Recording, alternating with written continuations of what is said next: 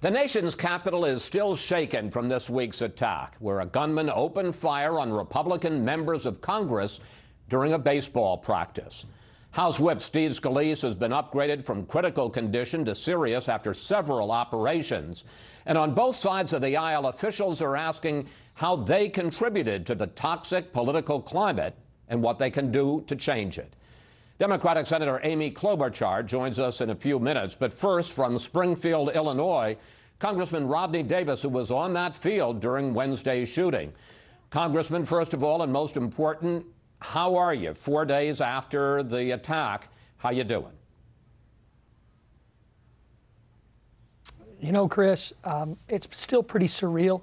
I can tell you this is the best Father's Day I've ever had, to be able to come back home and see the outpouring of care and support from the people that know me best, including my family. Has just been a really humbling event and very memorable for me and my family. Have you gotten over it in an emotional sense, or are you still in shock? You know, people tell you how you're supposed to feel, but it never seems that you do. I mean, I still sense normalcy.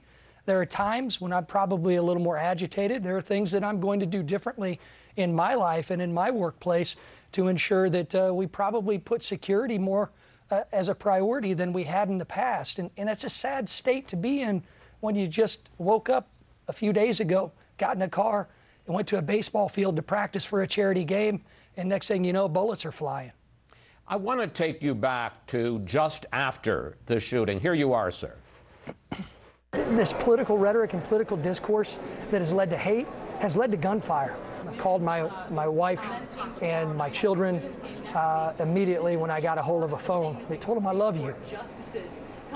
And Dad's okay. Not just members of Congress and senators, but officials and... Congressman, you said that you were at your breaking point, and you called this an act of political, rhetorical terrorism. Now that you've had a few days to think about it, what do all of us, politicians and media, what can we do to change it? And frankly, how long do you think that new leaf will last? Well, I may have made it too complicated, Chris. I want to change that to just political terrorism, because obviously the evidence from the shooter, this maniac who began firing at all of us, shows that he turned his religion into politics. And when somebody turns their religion into politics, they're no better than anyone else who hijacks a religion and tries to indiscriminately kill innocent people. That's what we experienced that day, and I thank God every day those two Capitol policemen, Agent Bailey and Agent Griner, were there to save us all. I hope and pray that we can take this day, this tragedy that could have been much, much worse, and turn it into an opportunity to come together as Americans, because no one, I don't care what side you're on, no one deserves to have the violence that we all experienced just 4 short days ago.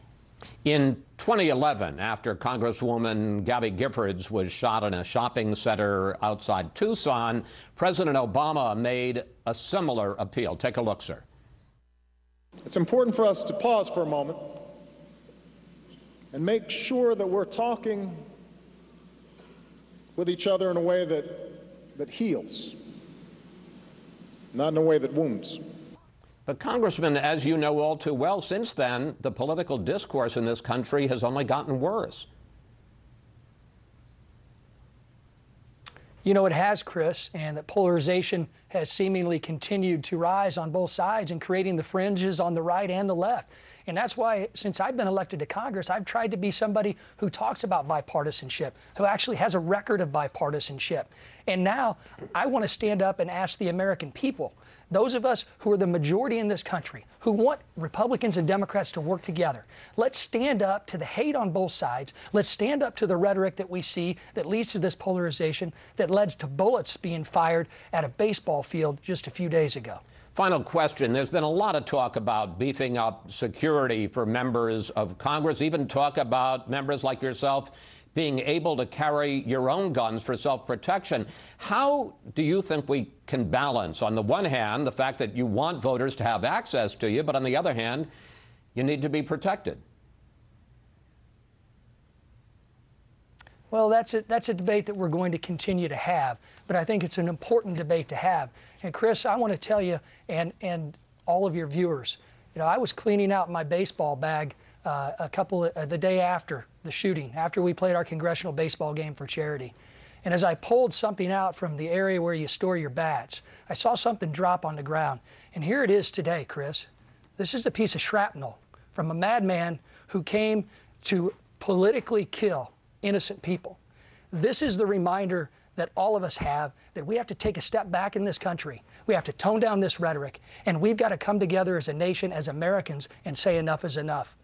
I thank you for having me on too, Chris. Well, I thank you for that message, sir. Thank you. Thanks for your time. I know that this will be a special Father's Day for you and your family, sir. Yes, it will.